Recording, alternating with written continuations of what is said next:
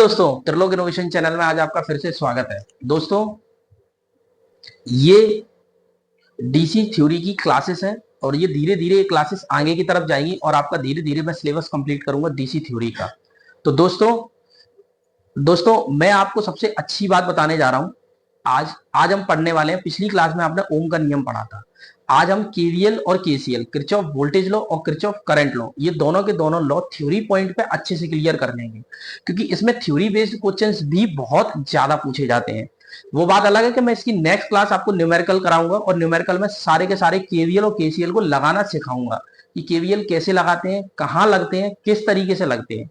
ये बात समझ में आई? क्या ये पॉइंट क्लियर हुआ? चलिए, तो आज हम सबसे पहले समझते हैं केसीएल। केसीएल का सबसे ज्यादा फुल फॉर्म पूछ लिया जाता है। केसीएल को बोलते हैं किरचॉफ करंट लॉ।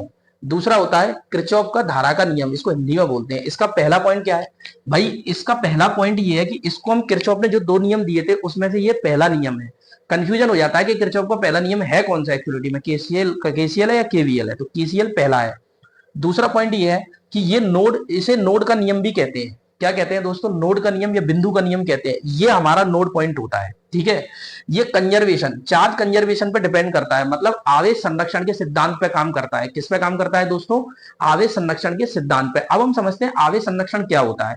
दोस्तों, संरक्षण का मतलब ये होता है कि ना तो उस चीज को आप पैदा कर सकते हैं और ना ही उस चीज को खत्म कर सकते हैं। चार्ज को ना तो पैदा किया जा सकता है, ना ही इसको खत्म किया जा सकता है। बस इसको एक स्थान से दूसरे स्थान तक बदला जा सकता है। क्या ये पॉइंट क्लियर हुआ? चलिए, अब हम बताते हैं इसको सर्किट के थ्रू। दोस्तों, नोड पर इसका स्टेटमेंट क्या कहता है? ये इसका स्टेटमेंट लिखा है, एक ही नोड पर आने वाली सभी धाराओं का सदिश बीजगणित योग शून्य के बराबर होता है। ये केसीएल का स्टेटमेंट है। ये बात समझ में आई? क्या ये पॉइंट क्लियर हुआ?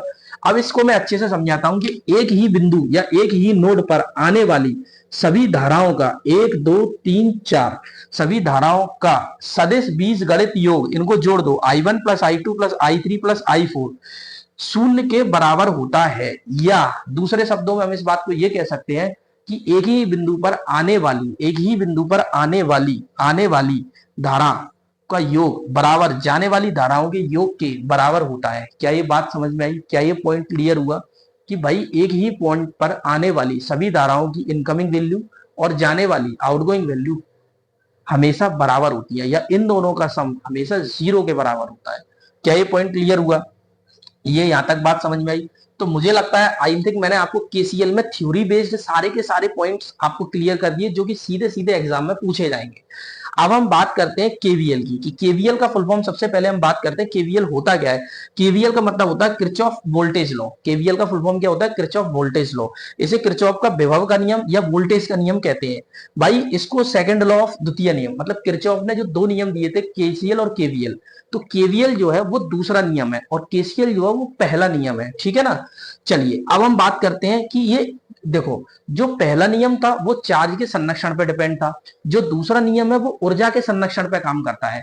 ऊर्जा संरक्षण का मतलब ये होता है एनर्जी कंजर्वेशन, मतलब ऊर्जा को ना तो उत्पन्न किया जा सकता है, ना ही उसको खत्म किया जा सकता है।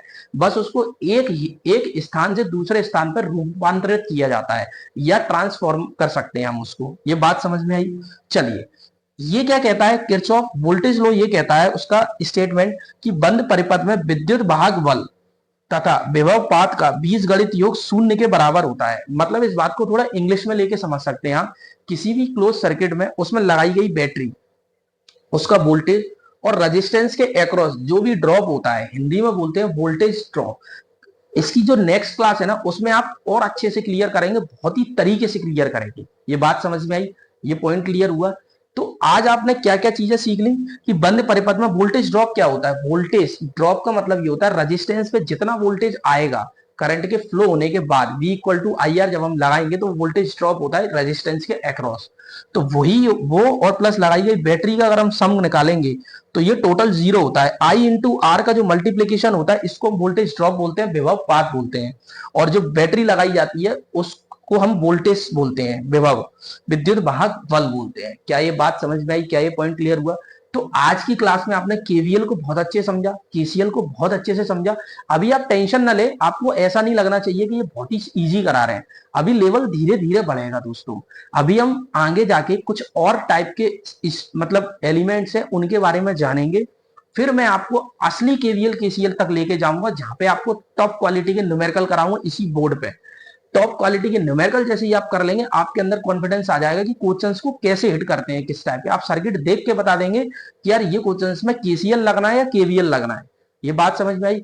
लगाना आसान नहीं है, हर क्वेश्चंस को आप केसीएल से कर सकते हैं और केवीएल से भी कर सकते हैं, लेकिन हमें पेपर में किसको पहले हिट करना है, ये सारी चीजें मैं आपको सिखाऊंगा कि आपको किस तरीके से करना है। तो आज के लिए इतना ही दोस्तों, थैंक यू दोस्तों। अगर क्लास आपको पसंद आती है, मेरी सीक्वेंस में आप देखते हुए आते हैं, तो एक सब्सक्राइब जरूर बनता है, क्योंकि उसके लिए मैं आपको कोई फीस नहीं ले रहा हूं, फ्री ऑफ कॉस्ट है ये पूरी की पूरी क्लासेस।